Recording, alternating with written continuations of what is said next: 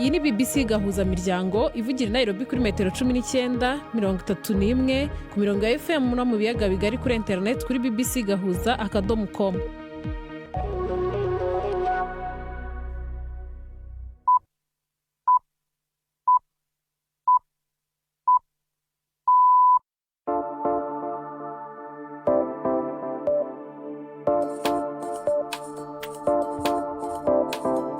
Ubu ni saa moya n'igice z'ijoro i Nairobi, ni saa 12 n'igice z'umugoroba mu Burundi no mu Rwanda. Muri kumwe na Zerebero. Mwiriwe neza abakunzi ba BBC gahuza miryango, ikaze mu makuru yacu kuri mugoroba tariki 23 z'ukwezi kwa mbere 2026. Izi ni ingingo z'ingenzi amakuru yacu agiye kwibandaho. Mu Burundi abacuruzi barataka igihombo baraye batewe n'inkongi y'umuriro yibasiye Bujumbura City Market ku munsi w'ejo ku cyumweru. Bacuruza multiplex, bacuruza imbaho, amaplashe, amamadriye n'amasiteri. Uburyo bwahombeye ni bwinshi urarenga muri yadinusu. Uwahoze ari icyegera cy'umukuru w'igihugu muri Kenya Rigathi Gachagua arashinja perezida w'iki gihugu kugira uruhare mu gitero cyari kigiye kumwicira mu rusengero ku cyumweru. Mu gushimangira amahoro n'ubumwe n'ubwiyunge, Maria Ndutiye uba mu Bufaransa anatanga umusanzu we abinyujije mu kubyina no gutegura ibirori. Dufite n'amakuru y'imikino. Mu mikino Manchester United yahagaritse gato umuvuduko wa Arsenal yikubitiri wayo. Ntucikwe n'amakuru y'imikino nabateguriye Gendi Yves Bucyana. Aya makuru ahagarariwe na Gerdas Hondimpondo. Mbere yo gutangira aya makuru ku buryo burambuye, reka Chance Habimana atugezeho havugwa hirya no hino kw'isi. Umugujejwe kugwanya kwivanga mu vya politike hamwe no kugwanya igiterurire mu nzego z'ubutungane bwa Afrika y'Epfo watangwa ibikorwa vyawo no munsi incuro ya mbere muri uyu mwaka. Uwo mugwi wa Madrang watangajwe na President Ramaphosa mu kwezi kw'indwi guheze, inyuma yaho urongo igipolisi cyo muri ako karere avuze ko wahoza ari umushikiranganje w'igipolisi afitaniye imigenderanire n'imigwi y'abagizi ba nabi, bikaba vyaciye bituma hagarikwa. Ni inkuru y'umumenyesha makuru Mayeri Jones mwumva mu ijwi rya Latifa Mutesi. Abatanga bamye babiri baragezwe imbere ya komisiyo y'akanama uyu munsi mu murwa mukuru w'ubuyobozi wa Pretoria mu gikorwa cyahungabanyije Afrika y'Epfo.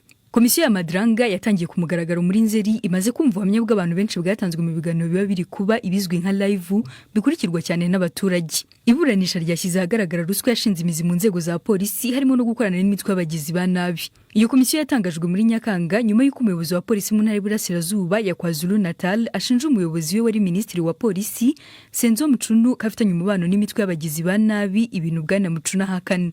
Kuva icyo gihe Bwana Muchunu yashyizwe mu kiruhuko cyihariye. Raporo y'agateganyo ku byagaragajwe na komisiyo yashyikirijwe Perezida Cyril Ramaphosa mu kwezi kwa 12 ntirashyirwa ahagaragara. Biteganyijwe ko iburanisha rizakomeza mu mezi make ari imbere mu gihe raporo ya nyuma iteganyijwe gutangazwa nyuma muri uyu mwaka. Israel yavuze ko yamaze kuronka ibisigarira by'umuntu wa nyuma mu bari bagizwe imbeho i Gaza, kikaba ari kimwe mu byategerezwa kuba kugira habeho umwumvikano ku byo guhagarika intambara hagati ya Hamas na Israel. Langviri yari umupolisi, ikiziga ciwe kijanwa muri Gaza inyuma yo kwica mu bitero vy'itariki 7 kwezi kwa 10 mu 2023. Umushikiranganje wa mbere wa Israel Benjamin Netanyahu yanezerejwe n'iryo garukana ryiwe, avuga ko ari ugushira mu ngiro isezerano ryiwe ryo gutahukana bafashwe bose baba bakiri bazima canke barapfuye. Gutahukana ivyo bisigarira vyari kimwe mu bisabwa kugira Israel isubire kugura umupaka munini wa Gaza uhana n'urubibe rwa Misiri. Iyi ni BBC. Ishirahamwe ry'umwe bwa Buraya ryatangaje ko rigiye gukora amatohoza kuri Grok, AI ya Elon Musk, inyuma yo gukwega ko ishobora gukora amashusho y'abantu batambaye harimo n'amafoto y'abana. Brussels ivuga ko abagore n'abana batagomba kugwa mu mporero. Urubuga X go rusanzwe ruriko rurakogwa ko amatohoza kubera ibishigwaho bidakurikijwe amategeko hamwe no kurenga amategeko ajanye n'ivyo rukora. Thomas Lenye, umuvugizi w'umwe bwa Buraya mu bijanye n'ubuhinga bwa none, yasiguye igituma babona ko ayo matohoza akenewe. Such output has no place in Europe. Amashusho nk'ayo nta kibanza afise i Buraya, kandi tubwirizwa gukingira abanyagihugu bacu ku ngaruka zoshobora kuba mu gihe kiri imbere. Nico gituma aya matohoza kuri Grok azodufasha kuraba ibintu mu buryo bwimbitse kugira dukingire abagore bacu, abana bacu n'abanyagihugu bacu bose. Our children and our citizens. Umukuru w'igihugu Donald Trump yavuze ko agiye kurungika ujejwe imbiwe Tom Homan muri Minnesota mu gihe ubutegetsi bwiwe buriko burategwa ivyatsi nyuma yuko Alex Preti yishwe n'abashinzwe abinjira n'abasohoka kwa gatandatu. n'ubwa kabiri umuntu yicwa arashwe mu kwezi kumwe. Mu butumwa yashize ku mbuga ngurukana bumenyi, Trump yavuze ko Tom Homan ko ari umuntu akaze ariko w'intungane, kandi yavuze ko azokoresha amabanga yiwe mu kumubwira ukuri adaciye ku bandi. Bamwe mu Republicain bifatanije n'abademokrate mu gusaba ko hokorwa amatohoza yuzuye ku buryo Preti yishwe. Giselle, urakoze Chansard.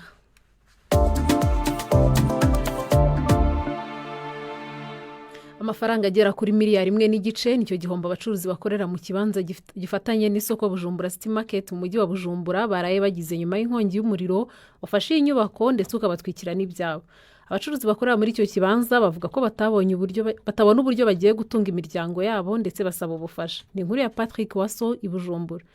Tugakunda igihugu cyacu, tugakunda n'iterambere rya bagenzi bacu kugira ngo nyene ayo masanganya agabanuke. Kana twebwe ku bwacu twahombeye ibintu byinshi. Agahinda n'ubabaro nivyo vyagaragara ku maso y'abadandaza baraye batakaje ivyabo vyahitanywe n'umuriro wadutse mu gice gifatanye n'isoko Bujumbura City Market aho benshi bita kwa Siyoni. Ni mu buraruko bw'isagara ca Bujumbura muri zone Ngagara. Uruhande rwasinzikaye cyane ni rwarangurirwamwo ibikorwa bijanye n'ubucuruzi bw'imbaho, hagakorera kandi n'imodoka nini zisomba amabuye n'umusenyi. Ibitari bike vyahiye biratokombera.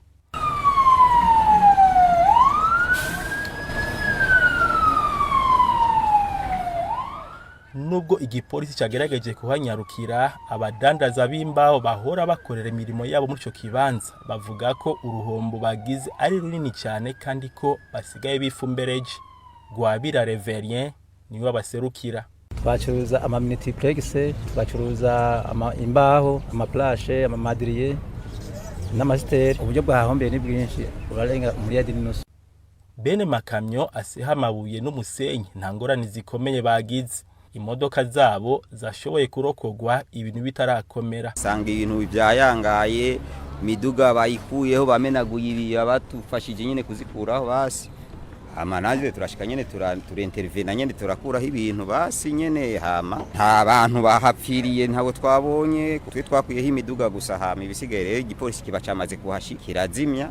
Ivyo nonekaye ni bisanzwe gusa n'imiduga nyene yacu kugira ngo turabe ukuntu twikuraho. Niyo byashoboye kuba yononekaye nyene mugabo urumva nta bantu twabonye twe twakomerekesheje ngaho onye nibyo gusa. Bamwe banyagihugu barangura imirimo yabo hafi y'ahadutse uwo muriro bavuga ko batewe umutima uhagaze n'amasanganya y'umuriro akunda kwaduka mu masoko. Basaba inzego z'igihugu kwama bategekanya uburyo bwo gutabara. Kuko ibi bintu ntushobora kwibaza nka par exemple nk'isoko yahiye nta matara yararimwe. Twogira urukundo hagati yacu tukamenya yuko turabarundi twiko turondera iterambere ry'igihugu, tugakunda igihugu cyacu, tugakunda n'iterambere rya bagenzi bacu kugira ngo nyene ayo masanganya agabanuke. Kana twebwe ku bwacu twahombeye ibintu byinshi kuko nideheza ko tudandaze nkuko dushaka. Natwe turababaye nyene. Je nibaza ko ngo mwahazana kizimyamoto myinshi basi zihegereye kugira ngo bahabaye ikibazo zibashe kuhashika n'ingoga. Ivyaraye bishitse muri iki kibanza gifatanye n'isoko Bujumbura City Market bituma abadandaza bibuka ayandi masoko atandukanye yagiye arasha mu Burundi muri kahise. Aho ibintu vy'agaciro kama miliyaridi atagira ukuntu angana vyahiye biratokombera. Imwe mu mpanuka y'umuriro yateye amakuba menshi cyane yahitanye isoko nkuru ya Bujumbura. Aho bukera hazoba haromanye neza imyaka 13 kuva rihiye. Umuriro n'imbeya vyabonywe n'abadandaza nk'uko isi bubamyeko. Ubu inyuma y'iyo myaka yose rikaba ritaranasanurwa. I Bujumbura, Patrick Waso. Umunyepolitike umukuru w'ibiro bikuru bya gisirikare muri Uganda yamenyesheje ko amategeko mashya ingabo zahawe ari ugufata umunyepolitike utavuga rumwe na leta Bobi Wine umaze iminsi yihishe bakamuzana apfuye cyangwa akomeye. Umunyepolitike aherutse gutsindwa mu matora yabaye hagati muri uku kwezi ahanganye na Perezida Yoweri Kaguta Museveni umaze imyaka 40 ku butegetsi. Bobi Wine ntiyemera ibyavuye mu matora. I Nairobi inkuru ya Siriake muhawe nayo. Umuhungu wa Perezida Museveni akaba ari nawe arongoye ibiro bikuru bya gisirikare General Muhozi Kainerugaba amaze iminsi yifatira mu gahanga Bobi Wine umunyepolitike atavuga rumwe na leta ku rubuga rwa X. Yanditse ko abisabwe n'umugaba mukuru w'ikirenga sewe Perezida Museveni bari bahagaritse guhiga Bobi Wine amaze iminsi nyegeje amasaha 28. Avuga ko akwiye kwishikana mu mahoro ngo atabikoze ingabo zifise amategeko yo kumuzana ari muzima canke yapfuye.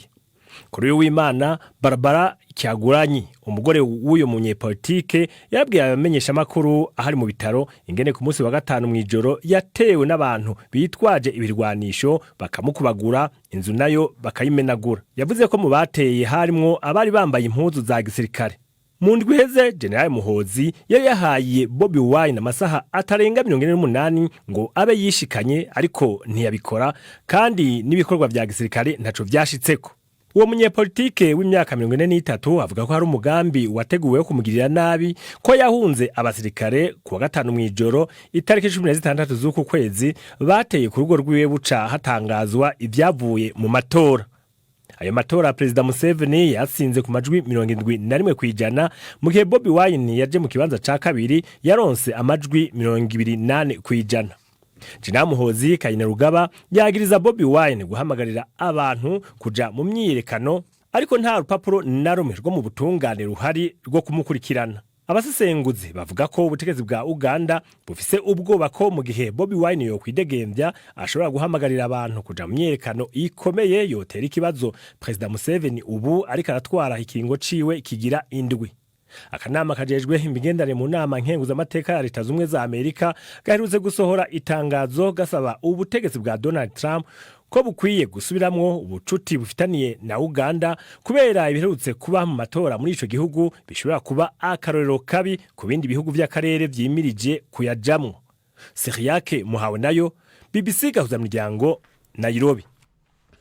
Tugeze ku isaha ya saa 1:41 ku isaha ya Nairobi ni saa 12:41 ku isaha yo mu Rwanda no mu Burundi. Turagaruka nyuma y'akaruhuko. BBC gahuza miryango kuri Sanganiro mu Burundi ni kuri FM 89.7. Wahoze ari cyegera cy'umukuru w'igihugu muri Kenya Rigathi Gachagua yavuze ko yahabaye igerageza ryo kumwicira mu rusengero ku cyumweru.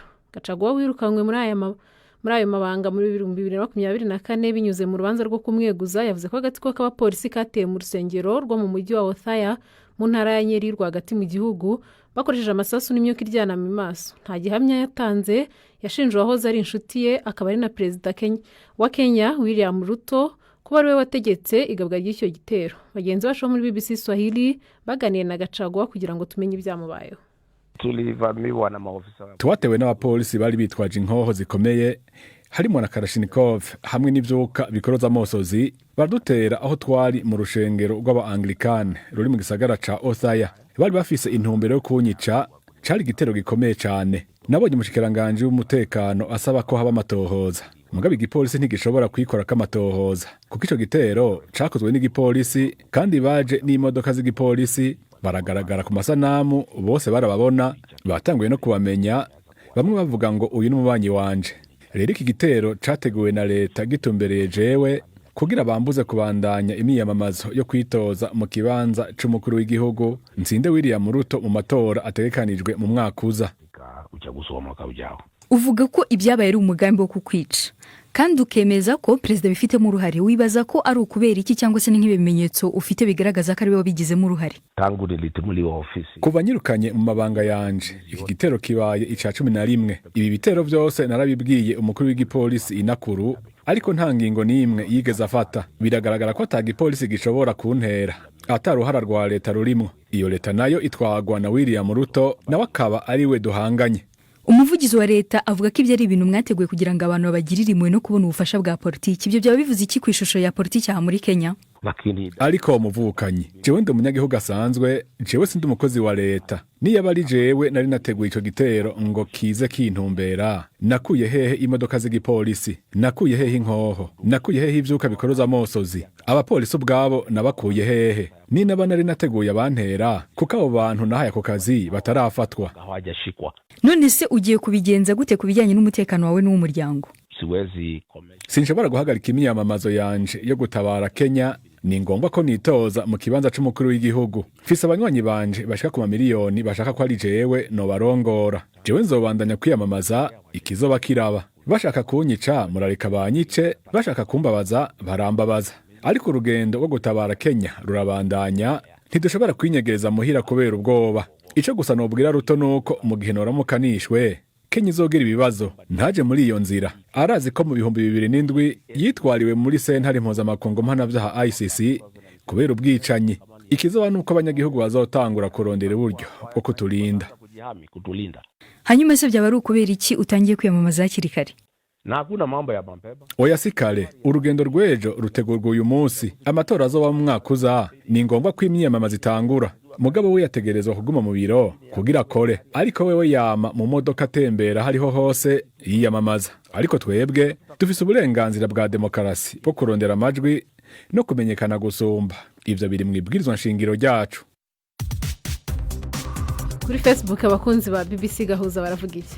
Duhereye mu Burundi ku inkuru ivuga ko benshi bakoreragaho umuriro watwitse ku isoko ryo kwa Sioni nta bwishingizi bari bafite. Iryo soko rikaba riherereye i Bujumbura. Kejon Teos yagize ati mwihangane kabisa babuze ibyaho. Naho Steve Banyiheza ko nawe yagize ati bihangane ariko abantu barakwiye amahugurwa y'akamaro ka assurance. Iyindi nkuru batanze ibitekerezo nivuga ko ewe yatangiye iperereza kuri Glock AI ya Elon Musk yakoreshejwe mu kurema amafoto y'abantu bazwi bambaye ubusa. Uwamahoro Theodete yagize ati wapfaga kuyibwira uti Glock undresser ikabira bikoze ititaye ku ngaruka za nyiri iyo foto. Ubwo urumva itari kuzakoresha niyo badahagarika izo algoritme. Naho Juste nawe yagize ati inkuru nzima ni ya fake byarivanze kereka ziriya nkuru mpuzamahanga. Ubu no kumenya umuntu nyamuntu ni ikibazo. Kuri inkuru uvuga ko umugabo yacagaye go kurira inyubako igeretse inshuro 101 adakoresheje umugozi nawe bayitanzeho ibitekerezo.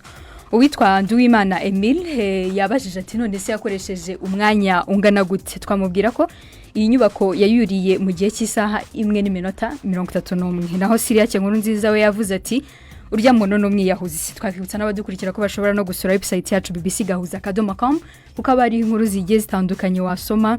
Ku nkuru ziriho uyu munsi dufite inkuru yari Gatigacagwa hoze ari vice president wa Kenya. Iyo nkuru arumaje kuvuga avuga ko bashatse kumwicira mu rusengero. Benshi bakibaza ati se yabivuze iki cyangwa polisi muri iki gihugu yavuze iki? Ibyo byose byari bikubiye muri iyi nkuru ku buryo burambuye kuruta mu nkuru. Iyindi nkuru iriho nivuga ko bwa mbere mu mateka igiciro cya zahabu kigeze ku madolari 5,000. Ubwo no kuvuga miliyoni 7,200 by'amafaranga y'u Rwanda ku magarama 28. Bakomeza bagasura Facebook yacu na X dufiteho tuba dufite aho utangira ibitekerezo tugakomeza tukabana kuri BBC Gahuza. Urakoze cyane.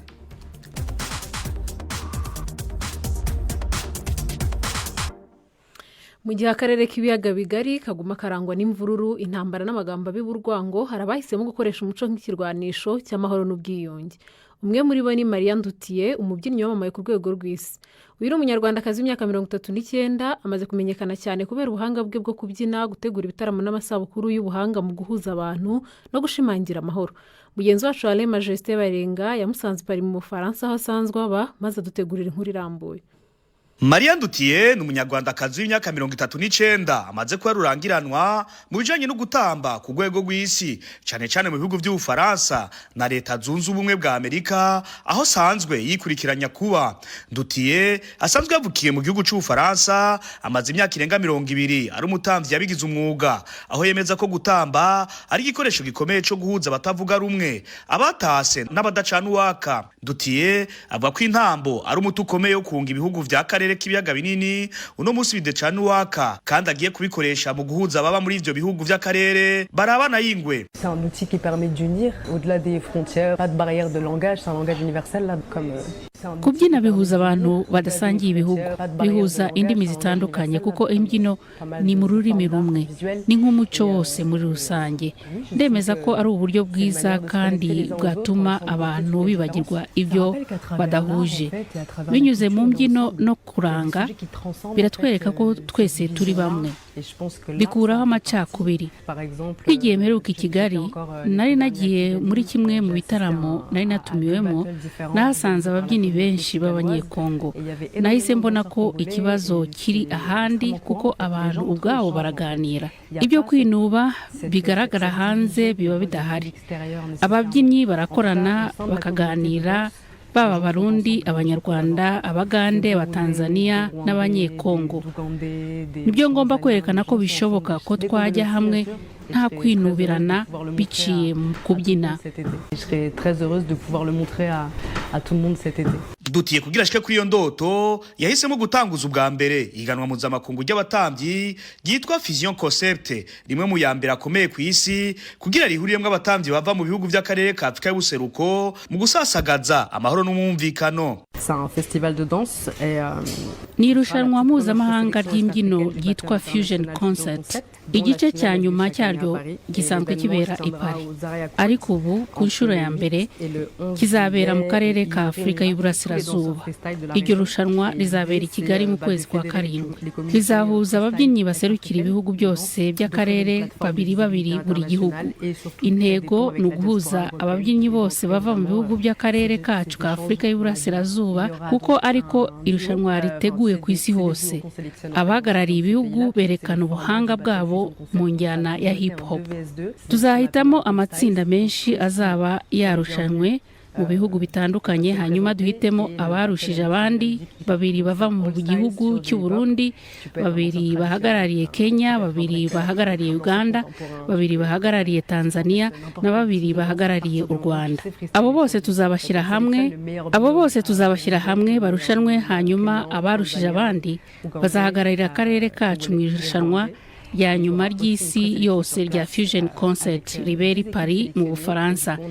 Igikomeye cyane kandi kidasanzwe nuko ari ubwa mbere iryo rushanwa mpuzamahanga rizaba ribereye mu mugabane wa Afrika. Ce sera la toute première présélection est-africaine du Battle International Fusion Concept. Abazotwara iryo higanwa bakazoca bahura n'abandi bavuye mu bindi bihugu vyo ku isi mu kwezi kw'icenda i Paris mu Bufaransa, aho ndutiye avuga ko azoba akajya keza kukwerekana ko akarere k'ibiyaga binini hari izindi mpano zihari atari imishamirano n'indwano. I Paris mu Bufaransa, Alain Majesté Barenga. Reka abakunzi b'urunana tubasogongeze kurwo ku munsi w'ejo.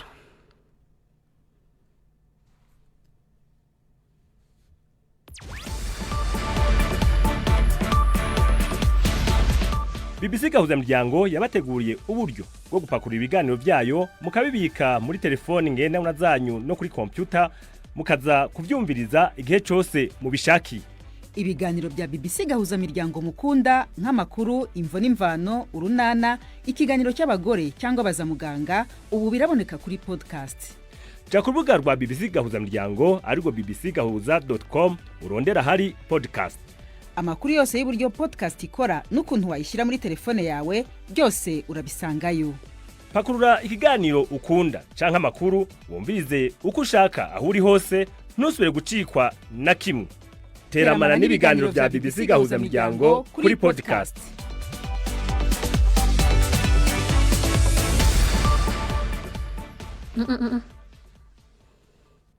Runana.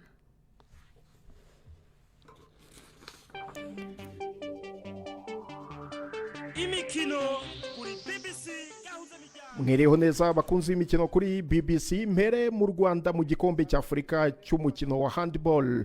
Ikipe y'u Rwanda ya handball yaraye itsinzi ya Uganda ibitego 37 kuri 27 mu itsinda ry'amakipe ahatanira igikombe kizwi nka President's Cup no kuba mu myanya byibuze 10 ya mbere. Naganiriye n'umutoza wungirije w'ikipe y'u Rwanda Anaclet Bagirishya. Ubu turi mu mikino yo guhatanira kugira ngo tube twarangiza ku mwanya mwiza utandukanye n'uwo twarangijeho ubwo twitabiraga ku nshuro ya mbere mu Misiri hari muri 2024 twari twarangije ku mwanya wa 14.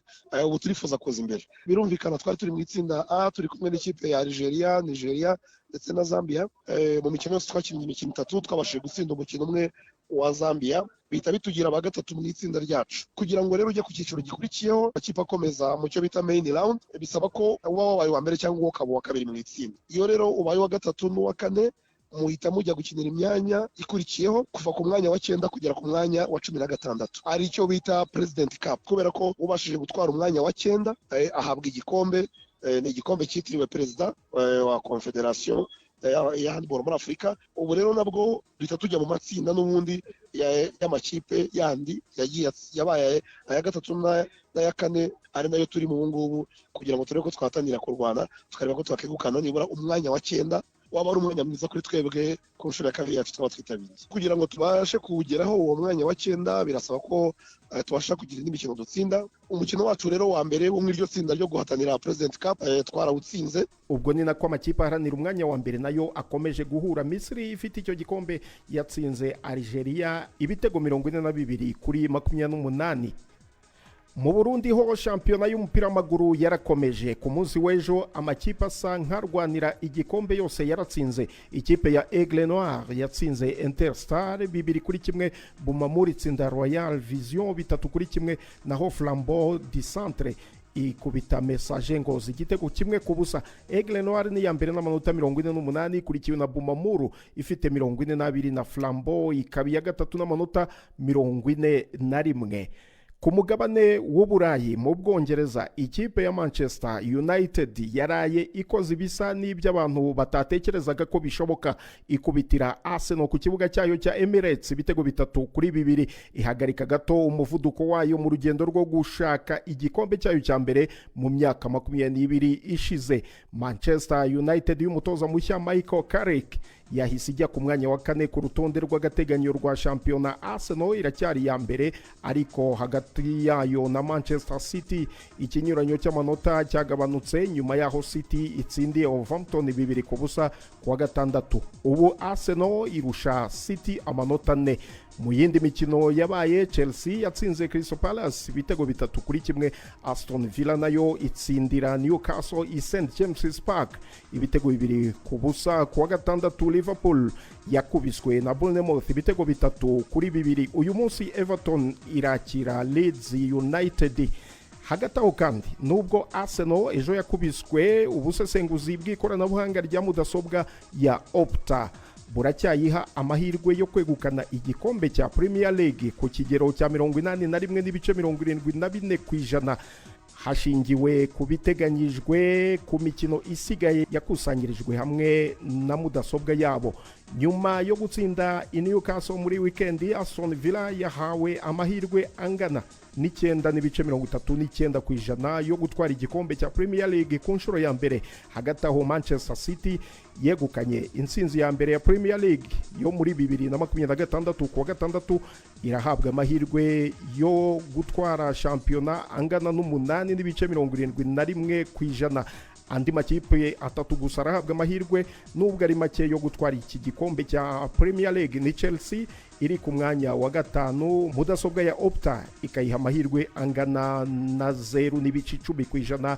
Ikipe ya Liverpool iri ku mwanya wa 6 irahabwa amahirwe angana na 0.04%, naho ikipe ya Manchester United ubu yageze ku mwanya wa 4 irahabwa amahirwe angana na 0.02%. Soreza ahandi ku mugabane w'Uburayi mu gihugu cya Espagne ikipe ya Barcelona yasubiye ku mwanya wayo wa mbere nyuma yo gupfunyikira Real Oviedo ibitego 3-0. Ayo niyo y'imikino nabateguriye uyu munsi. Gendi Yves Bucyana. Arakoze Yves Bucyana ku makuru y'imikino yari yaduteguriye. Abakunzi b'urunana ntago twabagendana.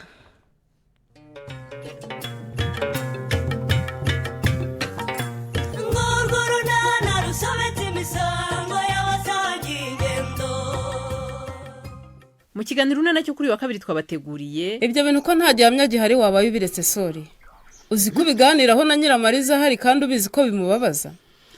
Ariko ubu noneho ntabwo ari inkuru ya ngo ejo bundi twamusuye narabyiboneye neza. Sori no rwose ntugakabye. Ntabwo amatwi ariyo wabireberaho ngo wemeze ko umwana ari uwa runaka. Ntacyo. Icyo nishaka nkihorera rwose nkubwira ikindi numve niba nacyo gihakana. Ngaho mbwira. Aha. Ni 12:45 kuri BBC.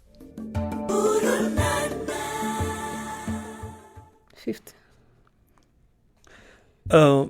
Imbere yo kuturangiza reka twibutse abari ko baradukurikirana ko umugwi ujejwe kugwanya kwivanga mu vya politiki hamwe no kugwanya igiturire mu nzego z'ubutungane bwa Afrika y'Epfo watanguye ibikorwa vyawo no munsi incuro ya mbere muri uyu mwaka. Uwo mugwi wa Madrang watangajwe na Cyril Ramaphosa mu kwezi kw'indwi guheze. Inyuma yaho uburongo igipolisi muri ako karere avuze ko wahoze ari umushikiranganje w'igipolisi afitanye imigenderanire n'imigwi y'abagizi ba nabi bikaba vyaciye bituma ahagarikwa. Israel yavuze ko yamaze kuronka ibisigarira by'umuntu wa nyuma mu bari bagizwe imbohe i Gaza kikaba ari kimwe mu byategerezwa kuba kugira ngo habeho umwumvikano ku byo guhagarika intambara hagati ya Israel na Hamas. Giselle urakoze cyane Chansar. Mu Burundi naho abacuruzi barataka igihombo baraye batewe n'inkongi y'umuriro yibasiye isoko rya Bujumbura City Market ndetse uwahoze ari ikegera cy'umukuru w'igihugu muri Kenya Rigathi Gachagua arashinjwa perezida William Ruto kuba yagize uruhare mu icwa ryari rimugerereje ku cyumweru gishize. Tugeze ku musozo w'amakuru twabateguriye kuri uyu mugoroba. Mbashimiye ikipe ngari ya BBC Gahuza nge na Rizereberwa. Amakuru yarahagarariwe na Gerdas Hondimundo. Kugira ibihe byiza.